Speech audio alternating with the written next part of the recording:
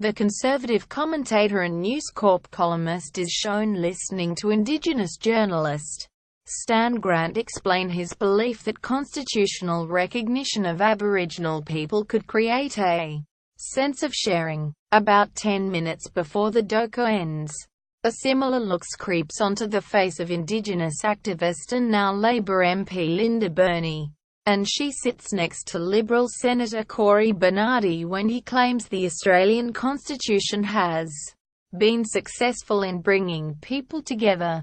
The look says, does not compute. These are two people with very strong views on the same issue. Recognizing the unique nature of Aboriginal Australians in the Constitution, that are worlds apart. For one night only, they'll be television's new odd couple. And that's basically the premise of the one-hour documentary. Burney and Bolt fundamentally disagree on whether or not our Constitution should recognize Aboriginal Australians as the first Australians who occupied the continent before European settlement. Currently it doesn't. But for two incredibly opinionated people on their pet issue, there are few fireworks. The pair spent 4 weeks traveling Australia to seek out opinions on the issue from community leaders, lobbyists and politicians across Australia and New Zealand. Linda is adamant that constitutional recognition of Indigenous Australians will help to heal the wounds of the past and introduces Bolt to like-minded supporters like Grant. Marama Fox, the co-leader of NZ's Maori Party, Mick Gooda, the Aboriginal and Torres Strait Islander Social Justice Commissioner, and Aboriginal teacher and linguist Yalmayana Pingu. Bolt introduces his travelling partner to supporters of his side of the argument, like Wesley Yard, secretary of the campaign Recognise What, and Murumu, an Aboriginal man who has renounced his Australian citizenship and proclaimed his own nation, as an example of what he believed could be one of the divisive consequences of constitutional recognition. Though the conversations Bolt and Burney travelled around Australia for are interesting and enlightening, they're hardly productive. The minds of these two are not for changing.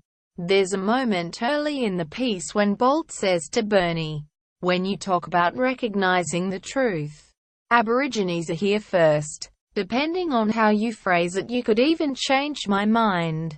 But before he can be bound to committing to broadening his opinionated horizons, Bolt cuts in again. "But don't count on it," he said. Recognition, yes or no, highlights an important issue and the division and complexities that surround it. Though there is bipartisan political support for the change, it's not one that Australian people are wholly engaged in. The producers of the program say the reason they made the program was to cut to the core and let two people at either side of the fence to explore the subject by listening to and challenging each other's opinions. We don't think enough Australians are engaged with this issue. There is a real risk that the opportunity to decide what we think as a nation and how we act will be lost, they write in the producers' notes. Furthermore, we realize that, for many Australians, the documentary could be their first exposure to this complex issue, and we take this responsibility very seriously. In this, the doco is successful, but there's something missing. Although the program's producers sent their leading adversaries on a productive physical journey to Arnhem Land, Cape York, New Zealand, Canberra and Adelaide, the subjects are unchanged by their own personal journey. From the beginning, their minds weren't never going to be changed. But Bolt and Burney do share a nice, if not slightly awkward moment that shows the journey has affected them. They declare that they like each other, before agreeing to disagree. Recognition, yes or no, is not the fireworks-filled controversy Bolt fans or haters might be expecting. But he has at least offered a reason for the lack of vigorous debate. "I thought I'd be free to have a very vigorous debate. On the face of it. With Linda, it was tricky because she's gorgeous and she's a woman and it's very difficult for a white male to debate an Aboriginal woman and not be seen as a bully. I mean, all credit to her that she did not play any of those cards.